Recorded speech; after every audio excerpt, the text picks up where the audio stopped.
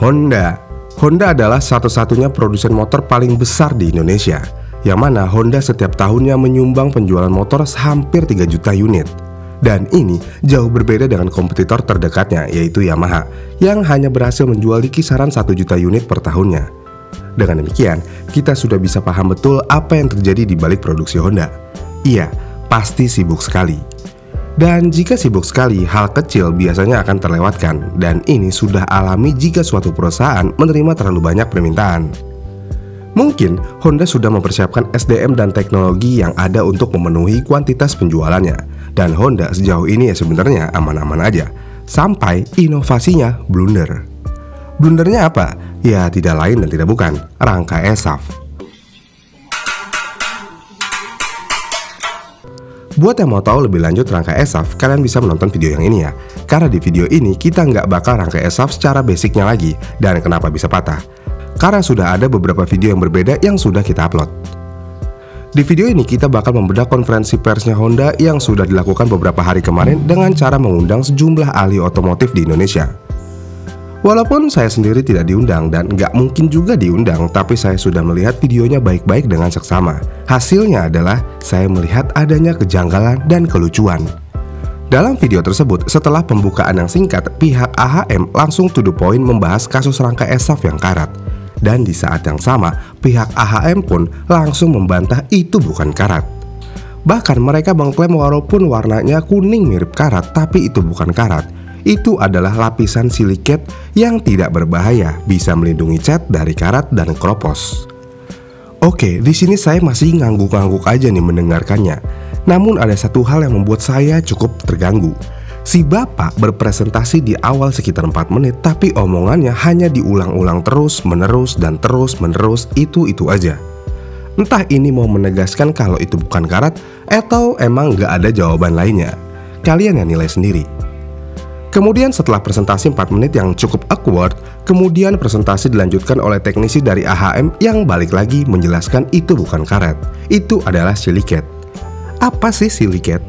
Menurut teknisi AHM, siliket adalah unsur kimia tebal Si. Jika bahasanya sebelum reaksi dia bernama silikon. Setelah bereaksi dengan oksigen menjadi siliket. Lapisan siliket itu bukan karat, lapisan itu justru melapisi frame supaya enggak terjadi oksidasi. Bahkan dalam presentasinya, Honda memberikan demonstrasi hanya dengan tisu. Waduh, ini kok agak lucu sih ya. Kok bisa ya demonstrasi untuk membuktikan itu karat atau bukan hanya dengan tisu? Dan yang pasti, karat tidak akan terjadi langsung instan, walaupun dikasih air laut sekalipun. Mungkin bisa, tapi dengan senyawa kimia lainnya. Ya cukup lucu memang. Jadi konferensi pers yang digelar tersebut hanya untuk membuktikan kalau Honda sudah tahu dan mendengar apa yang lagi dikeluhkan karena viral aja. Dan setelah konferensi pers, banyak yang beranggapan kalau jawaban dari AHM sangat mengambang dan tidak memberikan klarifikasi tentang masalah yang ada, yaitu kropos dan patah. Dan mereka bilang harus melakukan investigasi lebih lanjut untuk mendalami hal tersebut. Gini nih. Itu kan Honda pasti ada effort dong untuk melakukan press conference seperti itu. Dan dikira oleh kebanyakan orang yang datang ke press conference tersebut, Honda akan memberikan jawaban langsung bukan mengambang begini. Seharusnya, jika memang Honda yakin dengan produknya mereka seharusnya membawa produk yang kropos atau yang sudah patah. Karena saya yakin banget, mereka pasti akan dengan mudah untuk menemukan produk yang kropos di luar sana. Karena pasti ada orang yang menelpon Honda kalau motornya patah. Kemudian, jika Honda emang yakin dengan produknya, Honda akan langsung menjelaskan kenapa rangka tersebut bisa kropos dan apa penyebab utamanya. Kemudian, sekali lagi nih, Honda kan pasti memiliki engineer terbaik. Dan engineer terbaik pasti bisa tahu kalau itu kropos akibat apa. Air laut kah, air aki kah, air hujan, atau emang jelek aja rangkanya. Pasar loak, Tapi di press conference tersebut Honda tidak memberikan jawaban di perihal utama tersebut. Malah ngalur ngidul kemana-mana tujuan presentasinya. Dengan demikian, kita sebagai pengguna Honda ataupun publik bisa menyimpulkan Honda merasa bahwa itu adalah memang kesalahan produknya mereka sendiri yang kurang akurat. Makanya ditutup-tutupin dan mereka tidak berani terang-terangan perihal masalah karat dan rangka patah. Karena ya sebenarnya memang tujuan utama press conference tersebut ya udah pasti untuk menjelaskan rangka patah dong. Tapi malah nggak dijelasin sama sekali dengan alasan harus melakukan investigasi lebih lanjut. Itu mah formalitas doang.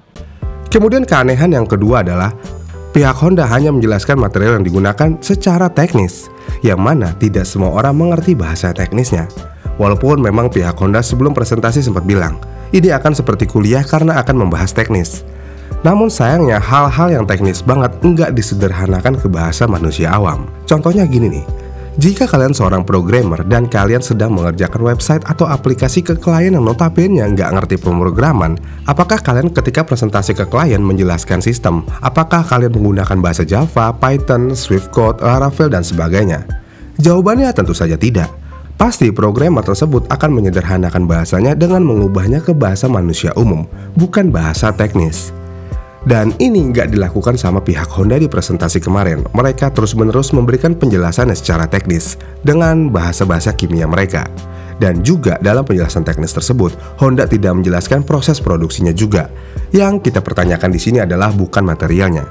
Ya kita tahulah, material yang digunakan Honda pasti standar nasional Indonesia atau SNI setidaknya. Tapi yang jadi permasalahan di sini adalah teknik weldingnya apakah benar-benar diperhatikan, pengecatannya apa benar-benar diperhatikan, atau cairan kimia anti karat lainnya yang benar-benar ditempel di rangka tersebut. Itu yang kita butuhkan sebagai konsumen atau masyarakat. Ditambah press conference ini walaupun tertutup, tapi pihak Honda membolehkan vlogger untuk merekam dan mengupload videonya ke YouTube. Yang berarti secara gak langsung ini adalah press conference terbuka untuk umum. Dengan demikian, kita sebagai konsumen dan masyarakat bebas berpendapat akan hal ini dan bisa menilai sendiri. Ya cukup disayangkan memang. Di video sebelumnya, saya sudah menyinggung perihal YLKI sudah mendesak Honda untuk melakukan recall ke motor yang menggunakan rangka ESAV jika bermasalah. Namun pertanyaannya adalah, menurut data IC ada sekitar 9 juta unit motor yang menggunakan rangka ESAV setelah tahun 2019. Apakah Honda siap melakukan recall ke 9 juta unit motornya? Tenang. Jika Honda berani melakukan recall, ini adalah recall terbesar dalam sejarah Honda di Indonesia, bahkan mungkin dunia. Terakhir kali Honda melakukan recall besar-besaran ini terjadi di Jepang ketika ada masalah di motor Honda Super Cup. Buat kalian mau tahu sejarah recall terbesar Honda ada di video yang ini ya. Tapi, banyak orang yang meragukan keberanian Honda untuk melakukan recall, karena ini bukanlah hal yang mudah, dan yang pasti akan memakan biaya yang luar biasa besar, dan dealer-dealer akan penuh sesak dengan aksi recall ini. Banyak juga yang beranggapan paling Honda akan melakukan servis rutin dengan menyemprotkan cairan khusus yang notabene anti karat di bagian rangkanya, jika masih punya servis gratis atau masih dalam garansi. Selebihnya, ya urusan masing-masing. Ya sering-sering aja semprot-semprot anti karat ke bagian rangka ESAV. Dengan kejadian begini bukan konsumen aja yang dirugikan. Walaupun memang konsumen yang paling banyak dirugikan, namun Honda juga dirugikan karena kesalahannya sendiri. Yang mana orang tua mana yang nggak mau beli Honda? Bapak siapa yang nggak pernah naik Supra? Dengan demikian brand image Honda ya sudah sangat kuat banget.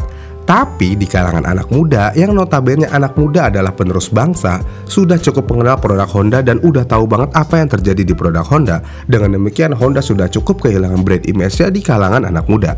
Jadi ya lambat laut, Honda kemungkinan akan harus memulai kembali brand image-nya untuk kaum muda. Ya walaupun memang kita harus akui bukan hanya Honda aja yang mengalami masalah seperti ini, karena Yamaha, Suzuki juga pernah mengalami masalah di motornya. Tapi Honda lah yang paling masif. Kenapa paling masif? Ya karena penjualan Honda itu sendiri. Ya bayangin aja ada 9 juta unit motor yang terjual yang menggunakan rangka yang bermasalah ini. Jadi tidak ada pabrikan lain yang bisa menjual motor segitu banyak layaknya Honda. Yang berarti AHM saat ini sedang mengukir sejarah. Mengukir sejarah penjualan terbanyak dan mengukir sejarah recall terbanyak jika mereka berani melakukan recall. Boleh. Oh iya, sekali lagi saya menegaskan nih, saya di sini tidak menyudutkan Honda sama sekali. Saya di sini hanya menyuarakan apa yang dirasakan dari perspektif konsumen atau masyarakat. Bagaimana menurut kalian? Komen di kolom komentar di bawah ya. Jika kalian suka dengan video ini, kalian bisa like dan subscribe channel ini dan sampai jumpa di video selanjutnya. Bye.